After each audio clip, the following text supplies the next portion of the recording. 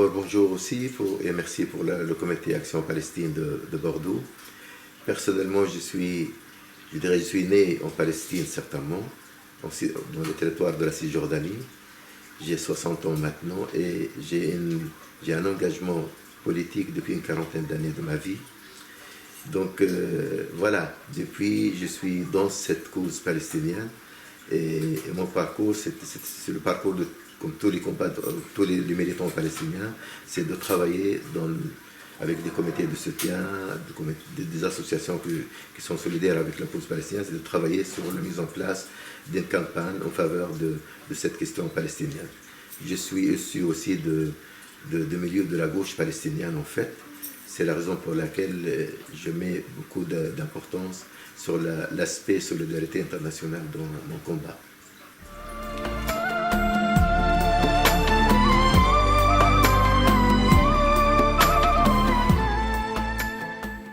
En fait, on peut dire que depuis que la crise interpalestinienne, la division s'est installée malheureusement dans le milieu politique et organisationnel palestinien, et on peut dire que la population palestinienne, elle en a assez avec cette division. C'est la raison pour laquelle on a vu dernièrement, en 2015, l'événement d'une sorte d'intifada palestinienne où des jeunes palestiniens, ils ont pris un peu l'initiative en main.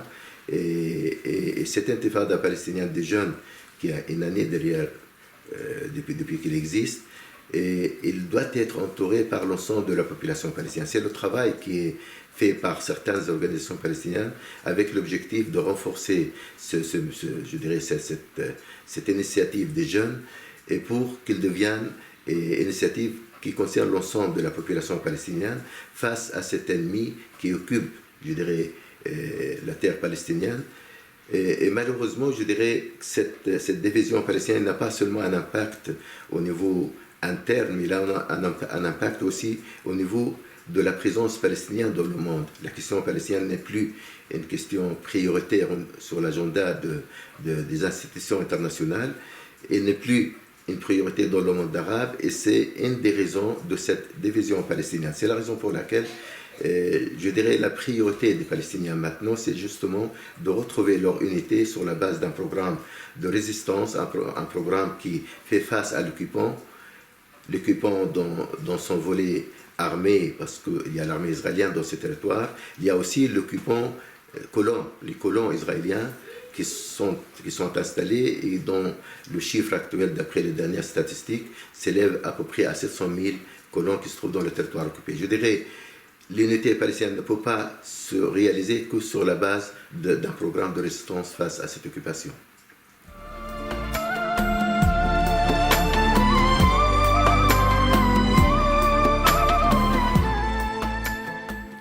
C'est complètement inacceptable. D'abord, déjà, les élections en question, quand on dit qu'ils concernent uniquement les territoires occupés en 67, c'est-à-dire la Cisjordanie et Gaza, pour nous, en tout cas pour moi personnellement, ce n'est pas suffisant. Il faut qu'ils soient accompagnés par des élections où les Palestiniens de la diaspora soient concernés. Maintenant, aller faire ça dans une partie des territoires occupés, c'est inacceptable. D'ailleurs, je dirais, les mouvements palestiniens rejettent cette stratégie-là. C'est la raison pour laquelle la date de 8 octobre n'a pas été respectée, parce qu'on avait une date qui était fixée pour faire les élections législatives. Non, d'abord, c'était les élections municipales qui étaient programmées pour le 8 octobre, mais malheureusement, plusieurs tentatives sont déroulées dans le territoire justement pour saboter cette date-là, et finalement, cette date n'a pas été respectée. En tout cas, moi, je fais partie de ceux qui refusent ce genre de stratégie, parce que ça va, comment dirais-je, pérenniser la division palestinienne. Or, les élections municipales doivent se dérouler sur l'ensemble de ce territoire, ou sinon, elles ne se dérouleront pas. C'est d'ailleurs maintenant l'option sur laquelle on se trouve.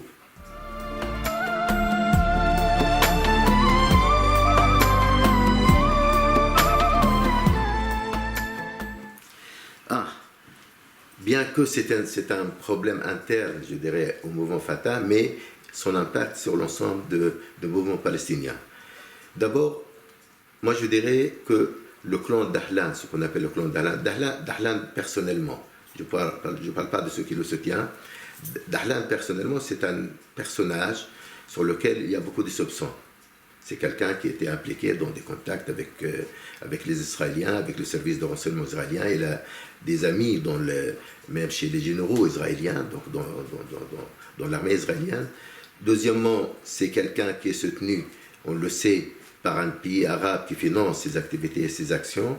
Et l'objectif, c'est justement de le promouvoir pour qu'il devienne, en quelque sorte, le remplaçant de Mahmoud Abbas au niveau palestinien. Dahlan n'a pas la qualité, n'a pas les compétences. C'est un instrument entre les mains des forces extérieures. C'est la raison pour laquelle... Et puis, il n'a pas un appui populaire palestinien. C'est quelqu'un, quand il a commencé, je dirais, sa vie comme responsable palestinien, il a commencé en dirigeant ce qu'on appelle la force de prévention dans les territoires de Gaza. Et c'était un organe dont l'objectif c'était de réprimer toute contestation contre Oslo sur le territoire de Gaza. Donc, son passé est un passé, je dirais, qui est plutôt noir du côté palestinien, raison pour laquelle il n'a pas une popularité à l'intérieur du camp palestinien. Deuxièmement, quelqu'un qui va devenir chef des Palestiniens, c'est quelqu'un qui doit avoir aussi le soutien, l'adhésion de l'ensemble des membres palestiniens, ce que ce personnage n'a pas.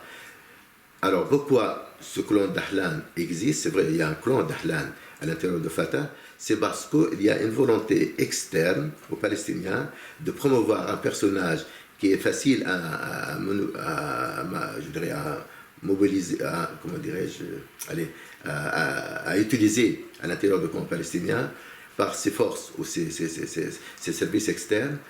Et ce qui apportera à la question palestinienne un préjudice, certainement, parce que ce qu'on a besoin, nous, chez les Palestiniens, c'est une direction collective qui prend en compte la réalité palestinienne, sachant qu'il y a des mouvements palestiniens avec des références idéologiques différentes, etc. C'est ça ce qu'on a besoin au niveau palestinien, c'est ça qui peut unifier les Palestiniens, et pas d'amener une personne qui a un soutien externe, qui est accepté par les États-Unis et Israël, et qui est financé par un milieu, je dirais, pétrolier arabe, parce que c'est ça ce personnage. C'est la raison pour laquelle, à mon avis, il n'a aucune chance d'aller jusqu'au bout de son désir, c'est-à-dire de devenir un peu le remplaçant de Mahmoud Abbas actuellement.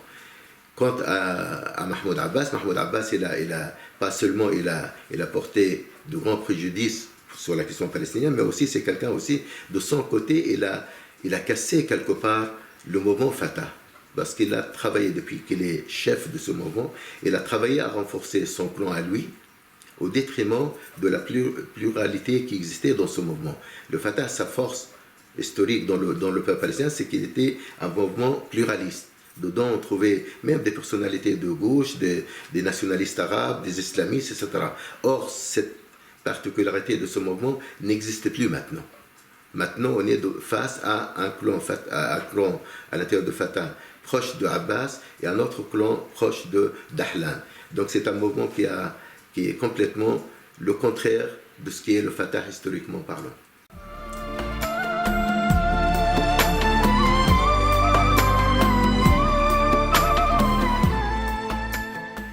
En fait, la Palestine paye un prix lourd de ce qui se passe dans le monde arabe.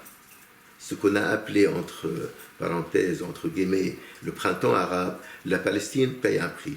Parce que, oui, on le sait, que la population arabe inspire au changement. Parce que les régimes arabes, ils sont caractérisés un peu partout par la corruption.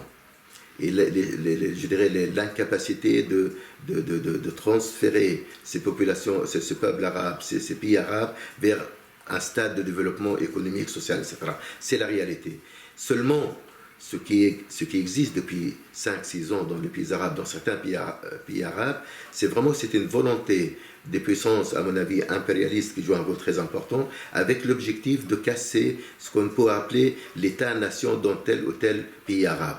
C'est le cas de ce qui s'est passé en Irak, c'est le cas en Libye, c'est le cas aussi en Syrie actuellement, au Yémen, etc.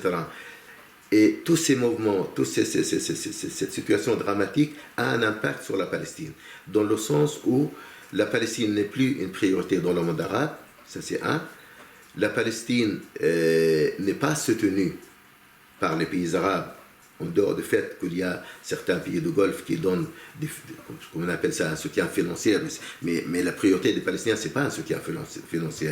La priorité des Palestiniens, c'est un soutien politique, réel, vis-à-vis des pays occidentaux qui détiennent le soutien à l'État d'Israël.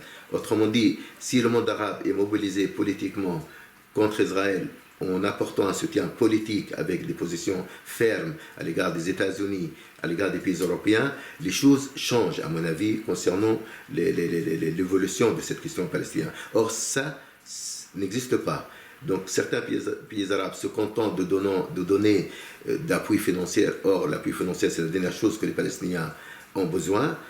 Ils ont besoin plus le soutien politique. Et ces mouvements, cette situation du monde arabe, a un impact parce qu'il fait regresser la présence palestinienne, la question palestinienne en arrière, parce qu'il est remplacé plutôt par ce qui se passe ici et là dans le monde arabe. C'est la raison pour laquelle nous, en tout cas, par rapport à ces événements en Syrie, on considère que la Syrie, c'est un pays qui est l'objet et les victimes je dirais, ce qu'il appelle les Syriens, une guerre internationale contre leur pays, ce qui est la vérité.